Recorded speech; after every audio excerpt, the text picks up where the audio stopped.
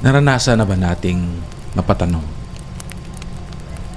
may nakikita pa bang biyaya ang Diyos sa buhay ko?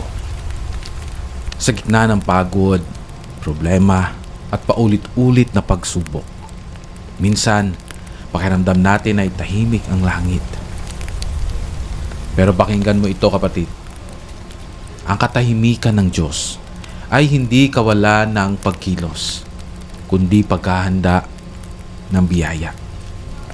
Maraming tao ngayon ang dumadaan sa mabibigat na hamon, problema sa pamilya, kakulangan sa kabuhayan, pagod sa trabaho, at kawalan ng direksyon sa buhay.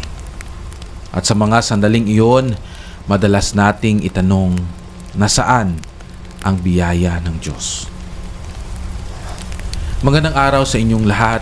Ako nga pala si Brother Dave. Sa podcast na ito, pag-usapan natin kung ang biyaya ng langit, paano natin ito nakikita, nararamdaman at natatanggap. Kahit sa gitna na pinakamadilim na yugto ng ating buhay, mayroon pa bang biyaya ng langit? Sabi ni Pangulong Russell M. Nelson, ang Diyos ay mas handang magpala kaysa handa tayong humingi.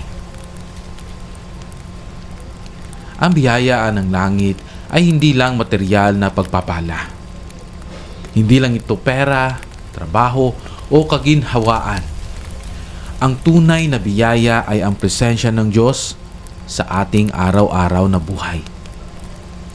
May mga biyayang hindi agad napapansin, tulad ng lakas para bumangon, kapayapaan sa gitna ng gulo, pag-asang hindi nauubos.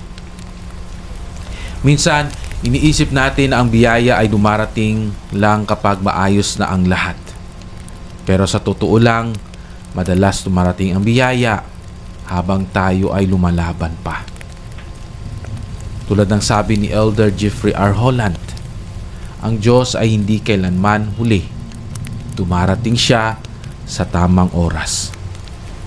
Alam nyo, may isang ama na nawala ng trabaho. Araw-araw siyang nagdarasal, pero parang walang sagot. Hanggang isang araw, may kaibigan na biglang tumulong. Hindi pera agad, kundi pag-asa at oportunidad. Doon niya napagtanto, ang biyaya ng langit ay dumadaan minsan sa kamay ng ibang tao. Hindi agad nawala ang problema, pero nagkaroon siya ng lakas para magpatuloy. At iyon ang unang biyaya. Tulad ng sabi sa Santiago chapter 1 verse 17, ang bawat mabuting kaloob at ang bawat sakdal na regalo ay nagmumula sa itaas. Ipinapaalala ng talatang ito na ang Diyos ay mapagbigay. Kung may mabuting nangyayari sa ating buhay, malaki man o maliit, ito ay biyaya mula sa langit. Isipin si Moises sa gitna ng disyerto. Walang malinaw na daan, pero may haliging ulap at apoy.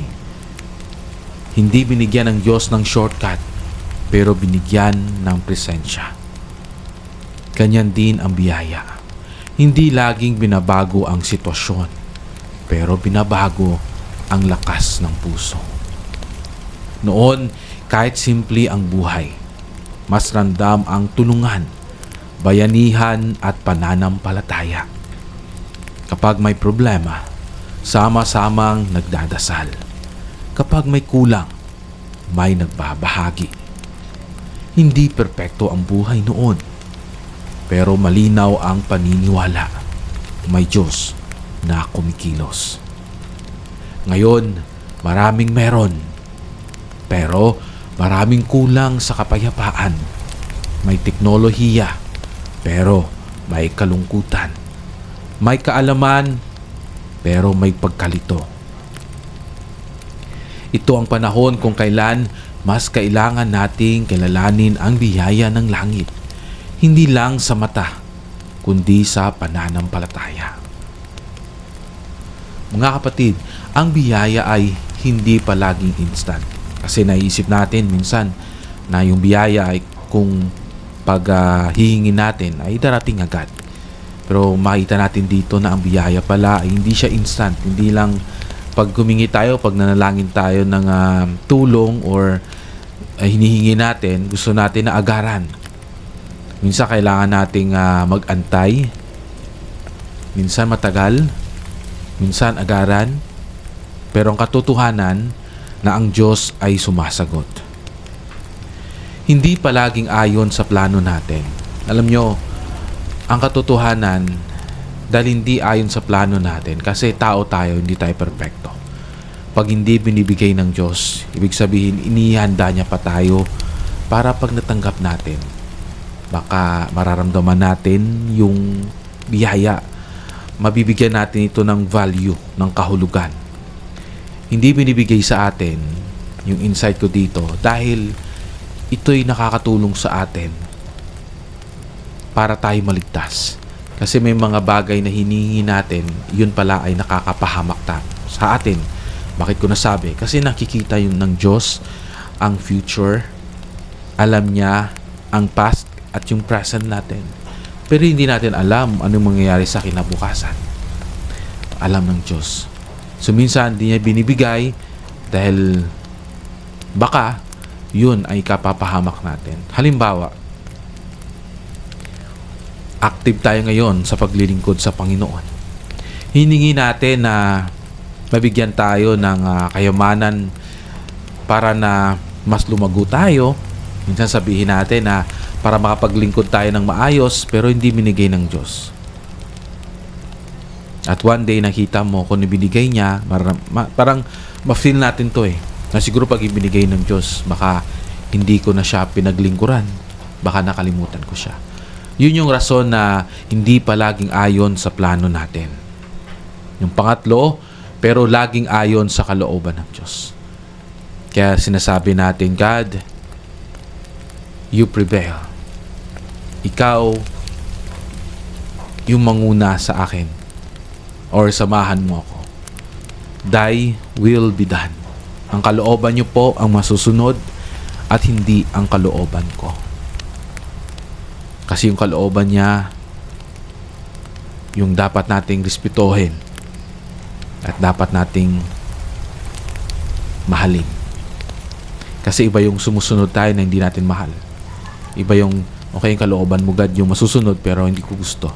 Iba yung sinusunod natin dahil mahal natin siya. Kasi alam natin na bilang Ama, gusto niya ng kabutihan, lahat ng kabutihan para sa atin. Sabi nga ni Pangulong Henry B. Eyring, kapag pinili nating magtiwala sa Diyos, makikita natin ang kanyang kamay sa ating buhay. Ibig sabihin, makikita natin na yung Diyos gumagalaw siya sa buhay natin. No, maramdaman natin na ito pala ang ibig sabihin ni Brother Dave na hayaan ko yung Diyos, no, na siya yung gumalaw sa buhay ko at gagawin ko lang yung tama araw-araw. Hindi ibig sabihin pala na mupo lang ako at lahat ng bagay bibigay niya. Hindi, kailangan ko palang magtrabaho. Alam nyo, tulad ng sitwasyon natin, lahat tayo may dinadala. Pero yung blessing ng Diyos, no, one time, sabi ko nga, nag-walking ako. Habang nag-walking ako, yung estudyante ko, in the age of 20, no? So, I know that God is mindful of him. And doon ko nakita, yung buhay natin, pag ginamit natin sa Panginoon, paglingkuran siya, alam natin na isusustain ng Diyos yung buhay natin kasi kailangan pa niya tayo dito sa mundo. No? Ibig sabihin nun, pwede natin mapilis ang Panginoon dahil nakapaglingkod tayo.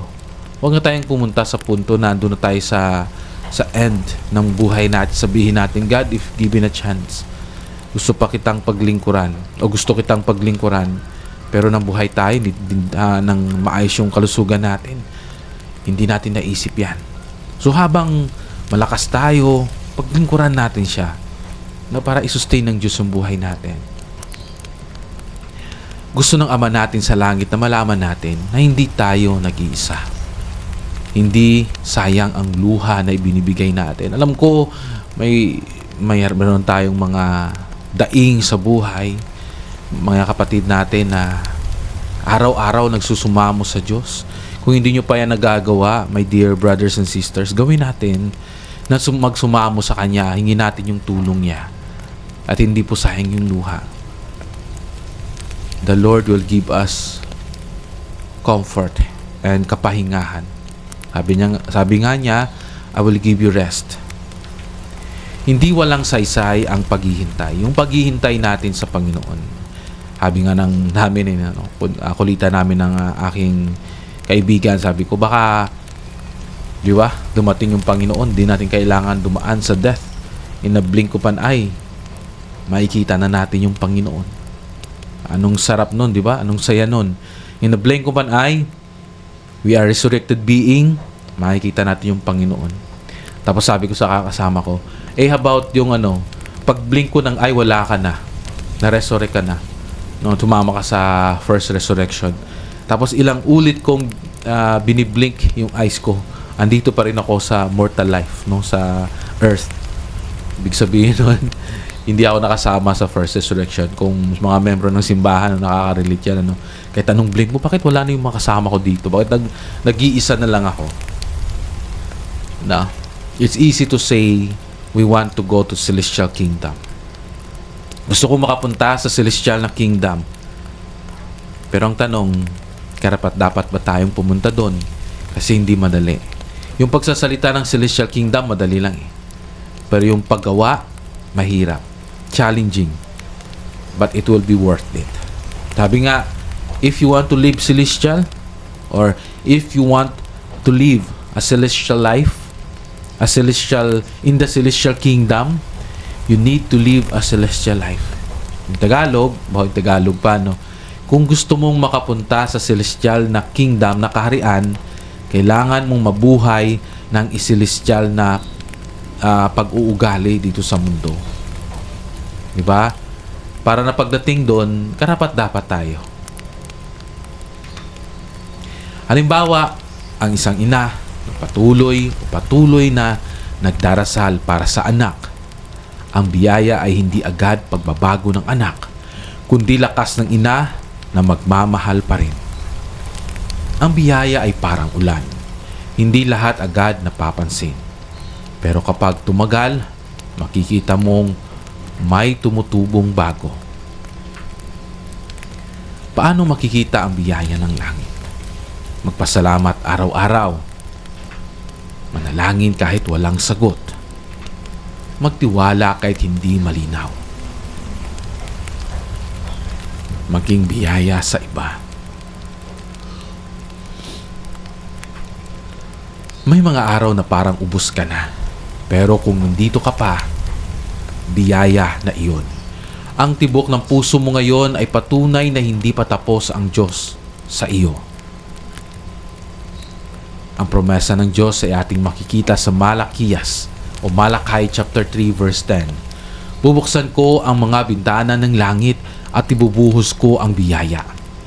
Ang Diyos ay Diyos ng kasaganaan, hindi ng kakulangan. Ako ay nagpapatotoo na ang biyaya ng langit ay totoo. Naranasan ko ito sa aking sariling buhay. Hindi dahil perpekto ako, kundi dahil tapat ang Diyos. Sa bawat paghihintay, may paghahanda. Sa bawat luha, may layunin. Mga kapatid, sa muli ako si Brother Dave. Merry Christmas sa lahat. Huwag mong kalimutan kapatid na tumingala. May biyayang bumababa mula sa langit. Alam ko po na lahat kong binabahagi sa inyo ay totoo, ay ito ay aking iniiwan sa pangalan ni Jesucristo. Amen. Mga kapatid, kung ikaw ay na-bless sa ating podcast, pakishare yung ating video and pakilike na din. At maraming salamat sa pagsama. Kita-kits tayong uli bukas and may God bless us all.